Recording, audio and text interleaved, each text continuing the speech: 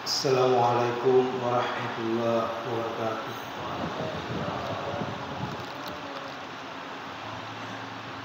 Alhamdulillahilladzi sadaqana wa'dah wa awraqana al-ardha natabawwa'u minal jannati haythu nasha' wa ni'ma ajrul 'amilin.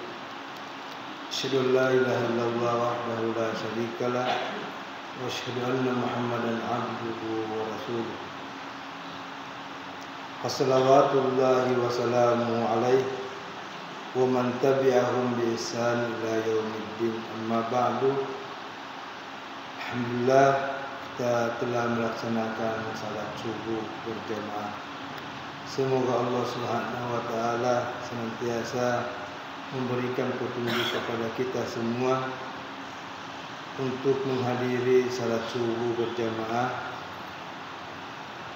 baik di bulan Ramadan ini, demikian pula di luar bulan Ramadan.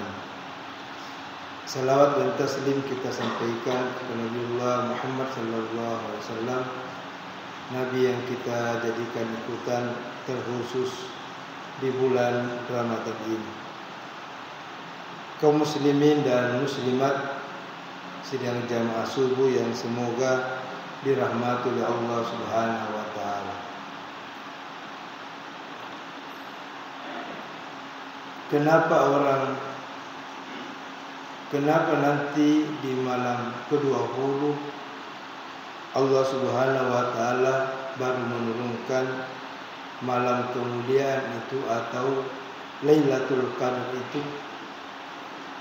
Karena diduga bahwa orang yang sudah beribadah, beramal dengan segenap kemampuannya selama 20 hari, maka sudah kuat jiwanya, sudah mantap jiwanya untuk menerima ketetapan ketentuan Allah Subhanahu wa taala. Apalagi kalau kita memang mengartikan bahwa Ramadan itu adalah tamu Allah Subhanahu wa taala yang sangat agung, sangat mulia, yang mesti kita memperlakukan dengan sebaik-baiknya, sehingga kita memberikan kelapangan tamu yang datang ini untuk melakukan apa saja yang mengandung kebaikan. Karena tamu yang agung ini sisa 3 hari lagi pasti akan meninggalkan kita. Senang atau tidak senang, rela atau tidak rela, pasti Ramadan itu akan meninggalkan kita.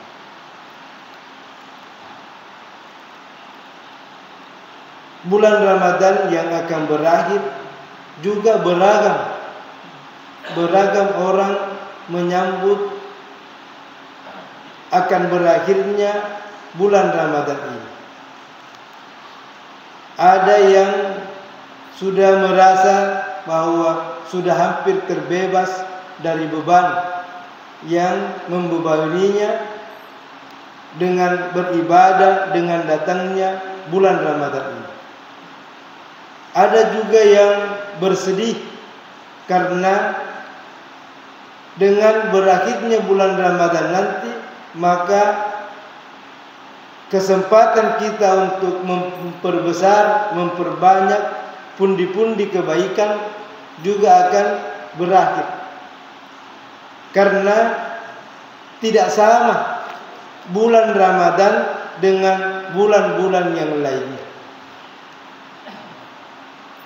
Karena Allah Subhanahu wa taala yang langsung memberikan penilaian, yang langsung membalas, memberi ganjaran dari semua perbuatan yang kita lakukan. Oleh karena itu, mari kita paling tidak mempertahankan amal ibadah yang kita kerjakan selama ini. barangkali baik kualitas maupun kuantitasnya tidak sama yang kita kerjakan di bulan Ramadan, tapi paling tidak masih ada bekasnya. Masih ada bekasnya bahwa kita ini telah berhasil, telah menyelesaikan pembelajaran diri kita, melatih diri kita selama bulan Ramadan ini, berlatih bersabar, berlatih memenuhi semua panggilan Allah Subhanahu wa taala. Sehingga jangan kita merusak amalan-amalan yang telah kita kerjakan di bulan Ramadan ini. Jadi meskipun tidak sama barangkali, kalau di bulan Ramadan ini kita bisa menamati 2-3 kali membaca Al-Quran. Bahkan ada orang yang sampai 15 kali barangkali selama 1 bulan ini, tiap 2 hari menamati Al-Quran. Di luar bulan Ramadan paling tidak kita tidak pernah ketinggalan 1 hari pun kita tidak membaca Al-Quran. Salah sunnah yang selama bulan Ramadan kita perjuangkan, yang terkadang di luar bulan Ramadan sering terlalaikan, paling tidak ya kita mempertahankan, seperti salah sunnah rawatib, salah sunnah gairu muakkad. Ya, karena ada juga salah sunnah yang baik kalau dikerjakan, lebih afdal kalau dikerjakan di rumah. Ada juga salah sunnah yang nanti dikerja kalau di masjid, kalau di rumah tidak dikerja. Seperti salah sunnah 4 rakaat sebelum salat asar. Kalau kita kerjakan salat di rumah, kita tidak kerjakan itu yang 4 rakaat sebelum asar, karena tidak ada salah sunnah rawatibnya salat asar. Tidak ada salah sunnah tatawunya salat asar. Tapi kalau kita ke masjid, maka disunatkan mengerjakan itu 4 rakaat sebelum salat asar. Rahimahullah, Allah akan merahmati orang-orang man shalla arba'an qablal asri, orang yang mengerjakan 4 rakaat sebelum salat asar. 2 rakaat sebelum duhur, 2 rakaat sesudah duhur. Kalau kita kerja di rumah ya 2, tapi kalau kita kerjakan di masjid ya 4 di sebelum duhur, 4 juga sesudah duhur. Karena itu tambahannya 2 yang nanti dikerja kalau di masjid.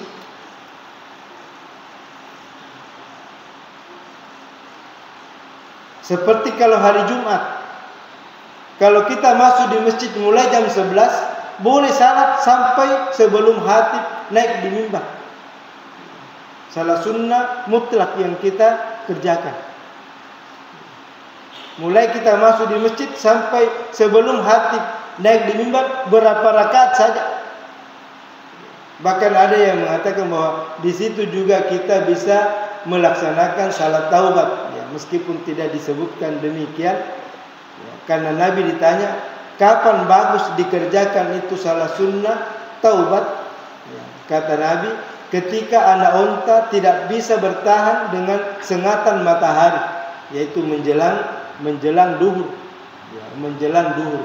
Ya, maka di hari Jumat kita semua bisa kerjakan. Kita kerjakan salah sunnah sebelum khatib naik di mimbar. Termasuk salah syurut ya, nanti dikerja kalau kita ke masjid, biar kita berjamaah di rumah ya, tidak masuk untuk kita kerjakan salah syurut ketika di rumah, meskipun berjamaah salat subuhnya. Nanti di masjid baru dikerja salah syurut tersebut. Ini yang kita mau pertahankan. Paling tidak jangan sampai kita merusak amalan-amalan yang kita kerjakan. Allah Subhanahu wa taala berfirman, "Ya ayyuhalladzina amanu," wahai orang-orang yang beriman, "Atiullah wa atiur rasul." Taati Allah dan taati Rasulnya. Wala tubtilu a'malakum, dan jangan kamu merusak amalan-amalan yang telah kamu kerjakan. Jangan merusaknya, amalan-amalan yang telah dikerjakan. Ayat yang saya bacakan tadi, suatu ketika ada sahabat yang datang ke rumah Nabi Sallallahu Alaihi Wasallam. Sesampai di depan pintunya Nabi, ia mengetuk pintunya Nabi. Ketika mengetuk yang pertama, tidak ada respon, tidak ada jawaban.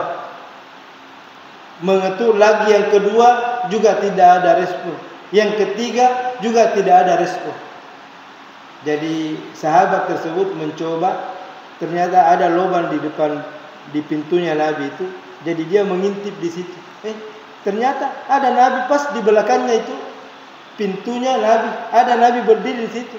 Jadi sahabat mungkin, mari kena dia timpa ke pintunya Nabi tanah kamu balik kertutup.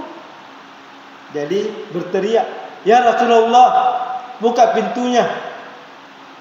Itu yang dikatakan sahabat tersebut. "Ya Rasulullah, buka pintunya." Ketika Nabi akan membuka pintu, turun ayat, "Ya ayyuhalladzina amanu la tarfa'u aswatakum fawqa sautin nabi." Janganlah suaramu itu lebih keras daripada suaranya Nabi. Jangan lebih besar suaramu dibanding suaranya Nabi. Wala tajharu lahu bil qauli kajahri ba'dikum li ba'd. Dan jangan kamu memanggil Nabi seperti kamu memanggil temanmu, seperti kamu memanggil sebayamu. Antah bata a'malukum. Kalau itu yang kamu lakukan, suaramu lebih keras daripada Nabi, kamu memanggil Nabi seperti kamu memanggil orang lain, antah bata a'malukum, semua amalan yang kamu telah kerjakan dihapuskan oleh Allah Subhanahu wa taala. Wa antum la tash'urun, dan kamu tidak merasa bahwa semua amalanmu sudah dihabiskan, sudah dihapus oleh Allah Subhanahu wa taala. Maka ketika Nabi membuka pintunya, Nabi bertanya, "Apa yang kamu lakukan sehingga ketika saya membuka pintu ini Allah menurunkan ayat kepada saya?" Kata sahabat tersebut, "Tidak ada ya Rasulullah. Saya hanya berteriak saja karena sudah 3 kali saya mengetuk pintu dan tidak dibukakan pintu. Dan saya mengintip lewat lubang di situ, ternyata ada Nabi di belakang pintu." Kata Nabi, "Kamu mengintip di situ. Seandainya saya tahu, saya akan tusuk masamu dengan sisirku ini, dan saya tidak kena hukum, karena duluan matamu masuk di dalam rumahku dibanding badanmu sendiri." Tapi bukan itu yang menyebabkan sahabat ini ditegur oleh Nabi dan ditegur oleh Allah Subhanahu wa taala. Itu karena dia berteriak, "Ya Rasulullah," dianggap melecehkan Nabi sallallahu alaihi wasallam. Padahal tidak sedikit pun terbetik di dalam hati sahabat tersebut mau melecehkan Nabi. Sebagaimana yang terjadi sekarang ini, orang melecehkan Rasulullah sallallahu alaihi wasallam. Ada yang menggambar Nabi seperti di surbannya itu seperti sumbu bom, menggambarkan bahwa ya Nabi itu teroris, menggambarkan Nabi duduk di tengah perempuan-perempuan, menggambarkan bahwa ini Nabi ini kuat sekali di dalam berhubungan. Padahal Hanya satu istrinya Nabi yang gadis, yang lainnya janda semua. Dan itu karena ditolong oleh Nabi sallallahu alaihi wasallam. Jadi sahabat tersebut dianggap melecehkan Nabi dengan meneriaki Nabi. Padahal ketika berteriak, dia tidak berkata, "Ya Muhammad," tidak. Dia juga tidak berteriak, "Ya Aba Qasim." Ya, jadi namanya Nabi Muhammad itu dipanggil dengan nama anak tertuanya Qasim. Dia dipanggil Aba Qasim, bapaknya Qasim. Dia juga tidak berteriak seperti itu. Dia memanggil Nabi seperti ketika Allah memanggil Nabi Muhammad SAW. Ya ayyuhar rasul, ya ayyuhan nabi. Kalau Allah memanggil Nabi Muhammad, dia selalu berkata, "Ya ayyuhar rasul, ya ayyuhan nabi." Dan itu juga yang dilakukan oleh sahabat. "Ya Rasulullah, wahai Rasul Allah." Tapi itu dianggap melecehkan Nabi karena besar suaranya. Dengan perbuatannya tersebut, maka antah bata a'malukum wa antum la tash'urun. Semua amalan yang kamu lakukan akan dihapuskan oleh Allah Subhanahu wa taala wa antum la tash'urun, dan kamu tidak merasa bahwa semua amalan yang telah kamu kerjakan dihapuskan oleh Allah Subhanahu wa taala. Kaum muslimin dan muslimat yang semoga dirahmati oleh Allah Subhanahu wa taala.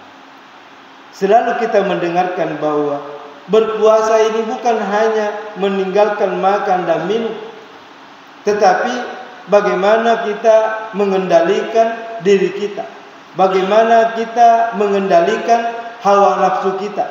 Jadi bukan dimatikan, dikendalikan. Ya, jadi bukan mematikan hawa nafsu, tetapi mengendalikan hawa nafsu. Di dalam Al-Quran Allah Subhanahu wa taala berfirman, "Hal adullukum, maukah aku tunjukkan kepadamu, man ittakhadha ilahahu hawa, orang yang menjadikan hawa nafsunya sebagai Tuhan, wa khatama ala sam'ihi, maka ditutuplah pendengarannya, siapapun yang menyampaikan kepadanya dia tidak mau dengar, wa ala basarihi, dan kebenaran apapun yang diperlihatkan kepadanya dia tidak mau tahu, gisyawa, bahkan ditutup hatinya dengan satu penutup yang membuatnya apapun yang didengar, apapun yang dilihat, apapun yang disampaikan kepadanya, maka dia tidak akan terpengaruh. Jadi sejalan dengan ayat Allah, sawa'un alaihim, sama saja atas mereka, a'anzartahum am lam tunzirhum la yu'minun, kamu beritahu atau kamu tidak beritahu sama saja, mereka tidak akan percaya. Mereka tidak akan percaya kepada apa yang kamu sampaikan Muhammad.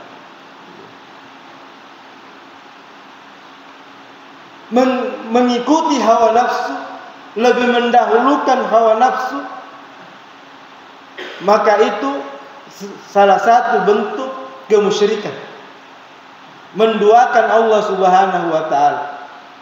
Lain asyrakta, jika kamu mensyirikatkan Allah Subhanahu wa taala, la yahbatanna amaluka, semua amalanmu akan dihapus oleh Allah Subhanahu wa taala. Wala takunanna minal khasirin, dan kamu akan termasuk menjadi orang-orang yang rugi. Rugi di hidup di dunia ini, terlebih nanti di akhirat. Karena sudah setengah mati bekerja, sudah setengah mati beramal, tetapi semua amalannya itu dihapuskan oleh Allah Subhanahu wa taala. Jadi sama dengan orang kafir. Walladzina kafaru, orang yang kafir itu ahbata a'malu, terhapus semua kebaikannya. Jadi tidak ada kebaikannya itu. Tidak ada kebaikannya orang yang melakukan sesuatu bukan atas dasar iman kepada Allah Subhanahu wa taala. Walladzina kafaru, orang yang kafir itu a'malahum kasarabim biqi'atin yahsabuhu dham'an ma'a. Amalannya orang yang kafir itu seperti orang yang melihat fata morgana. Biasa kumamoto tahu nama pelala desoe, biasa rodiolo dita engkau wai mat tenang. Itu yang disebut fata morgana.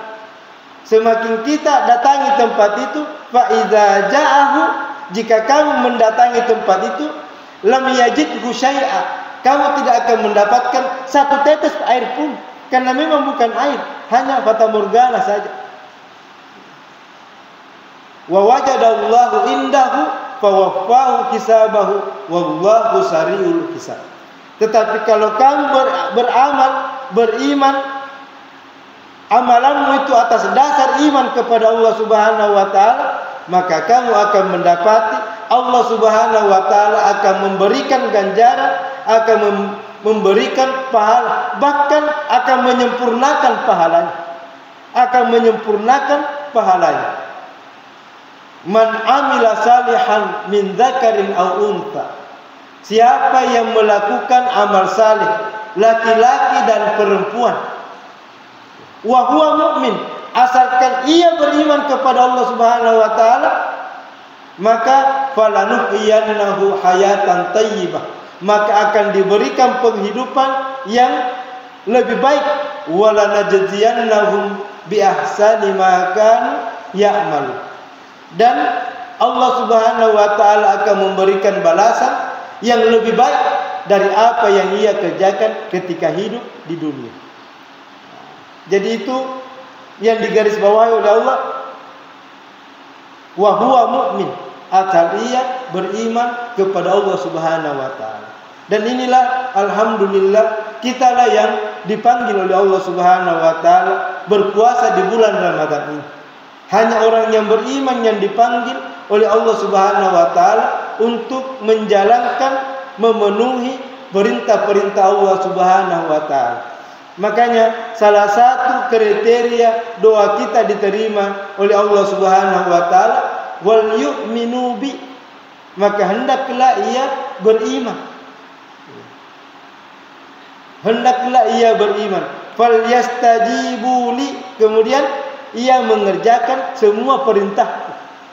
Barulah Allah Subhanahu wa taala la'allakum yarsyudun, barulah dia akan mendapatkan petunjuk, doanya akan diterima oleh Allah Subhanahu wa taala. Jadi amalan-amalan yang kita kerjakan selama 1 bulan ini, dengan korban materi, korban tenaga, korban waktu, bahkan kita korban perasaan, karena kita mau memenuhi perintah Allah Subhanahu wa taala, maka jangan kita merusak amalan-amalan yang telah kita kerjakan dengan meninggalkan kebaikan-kebaikan yang selama ini yang kita kerjakan. Wala takunu kallati nakadat ghazlaha min ba'di quwwatin ankatha. Allah Subhanahu wa taala mengibaratkan, janganlah kamu jadi seperti perempuan-perempuan yang menenun kainnya. Setelah menjadi kain, kamu lepaskan satu persatu kembali benang yang kamu pasang. Kamu tenang itu, tak sedih-sedih pertama benang itu. Kemudian dikuatkan supaya tidak bergeser. Sistemnya mancajilipa dibuka tak sedih-sedih memang aro benang itu. Nasi tahu kada makare sualu. Siapa nami pupu aro alue, tapi dia gana runtuh aleh. Dia tidak menikmati, tidak merasakan apa yang dia sudah tumbuh itu. Habis waktu kita. Tidak ada yang didapatkan kalau merusak amalan-amalan yang telah kita kerjakan. Semua amalan-amalan kita paling tidak kita mempertahankannya. Kalau kita tidak bisa melakukan melebihi dari apa yang kita kerjakan selama ini. Atau paling tidak tidak hilang semuanya. Ya, tidak hilang semuanya apa yang telah kita kerjakan. Di dalam Al-Quran juga disebutkan, ya ayyuhalladzina amanu, wahai orang-orang yang beriman, la tubtilu sadaqatikum bil manni wal adza. Janganlah kamu merusak pemberianmu, sedekahmu dengan bil manni, mengungkap-ungkap, wal adza, atau menyakiti orang yang kamu beri. Nabi pernah berkata, kalau ada orang yang datang meminta kepadamu, ketika ia hulurkan tangannya, na iero madake ulangi tempona gada aretoa, maka kata Nabi, berikan meskipun dengan hanya kata-kata yang baik. Qaulun ma'rufun khairun min sadaqatin yatba'uha adza. Perkataan yang baik lebih baik daripada memberi tapi menyakiti orang yang diberi. Kan seperti sekarang ini, mereka tuh boleh saya lihat miloto sumbangan. Si sebutomi darengnya kedai si makada aja ngotama kira ini kampota ilomoto dareng. Si sebutomi darengnya di baloto pada.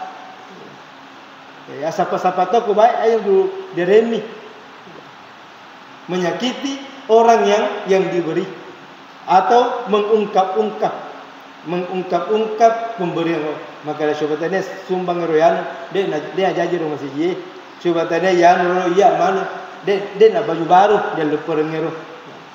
Itu menyakiti orang yang diberi. Ketika kita memberi, Allah Subhanahu wa taala memberikan pelajaran kepada kita, yang mana ketika kita memberi, yaitu apa yang masih baik.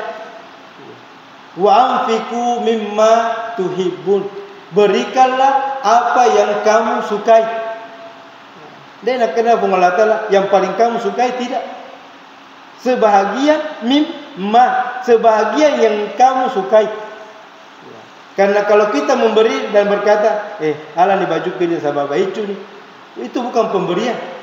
Sama kayak kita membuang di tempat sampah dan orang itu yang memungut. Karena pemberian itu ya masih kita sukai, masih kita pergunakan. Kemudian innama nut'imukum liwajhillah. Ketika kita memberi itu semata-mata karena Allah. La nuridu minkum jazaan, tidak mengharapkan balasan. Maka dari rengi tahu mudah-mudahan mereka pasti matu ngarenga.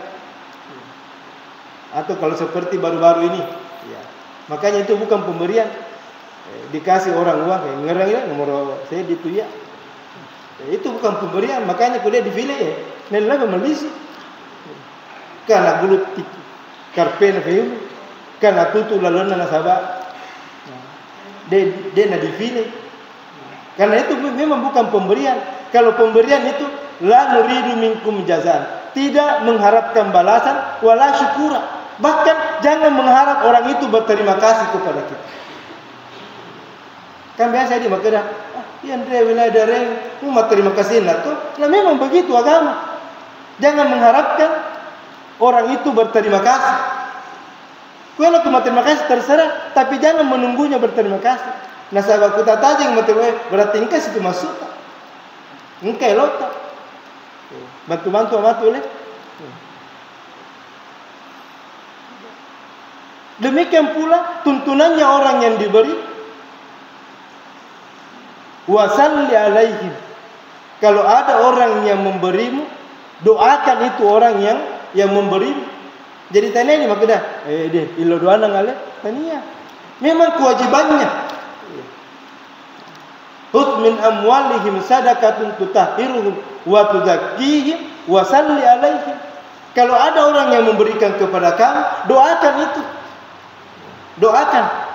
Jadi itu tuntunannya bagi orang yang diberi. Inna salataka sakanul lahu. Karena doamu itu akan menenteramkan perasaan orang yang memberikan kepada kamu.